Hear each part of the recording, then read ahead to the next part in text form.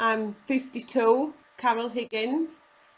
I'm an author, an inspirational speaker, and I've written a book called Conquering the Impossible, Making the Dream Come True. Even though I left school with no qualifications, I got all U's, unclassified, and I'm dyslexic also. And I started going to Northern College about 7 years ago to learn how to learn with confidence, how to punctuate with confidence, and how to speak and present with confidence, amongst other courses. And I felt like a 3-year-old when I walked into that classroom. And now I'm here, the author of my own book, and being able to speak out about, why, I want to use my voice as I do to help other victims of incest, because I'm also a survivor of incest.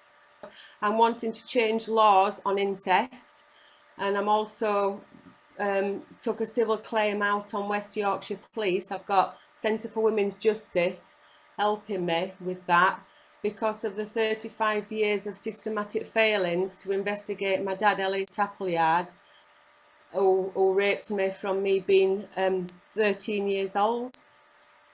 And it took me 35 years to get justice. It took me 6 attempts. It took me from 1984, 2005, 2012, 2014, 2015, and then they closed the lid on me in 2017. Finally, I got the case reopened, and in January 2019, he got 20 years in prison with the same evidence and witnesses that I would have had back in 1984. So that's how long I've been fighting for the police to actually take him to court and charge him. But what I said when I come out of court was, I wish somebody on the street had raped me, because then I would have at least had my mum and dad to support me.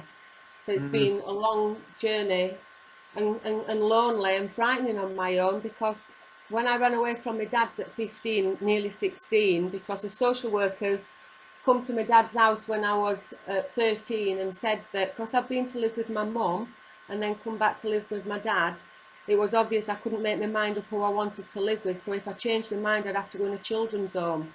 It was the worst of two evils. I had to choose from, where I was going to stay. So I stayed with my dad, and then I ran away at nearly 16 to my mum's. And my mum rang my dad and said, Carol's here with me, she's told me everything.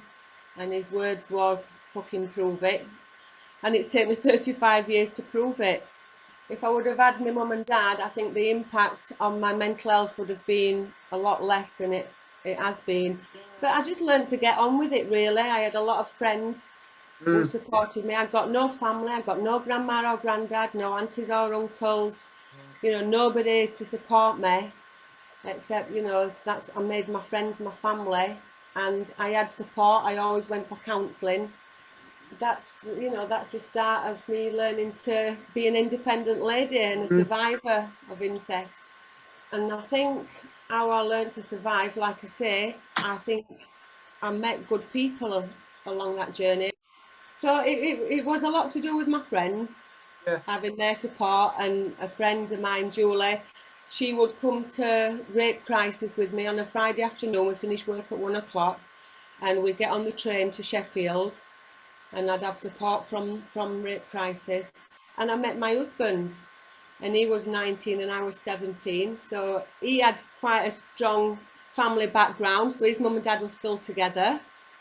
So being able to go to their family gave me a little bit of, structure in what families should really be like, in comparison to the violent childhood that I'd been brought up in that household. My dad used to hold guns to my mum's head and machetes to her vagina, used to beat us up and threaten us, and we really lived in a house of fear and violence.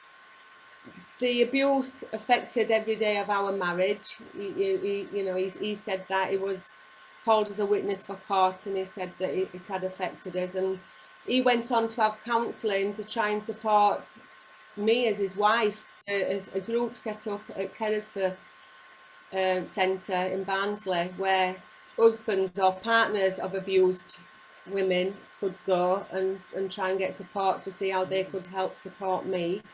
So I suppose always going to ask for help. I reached out for help. I think that's what kept me strong.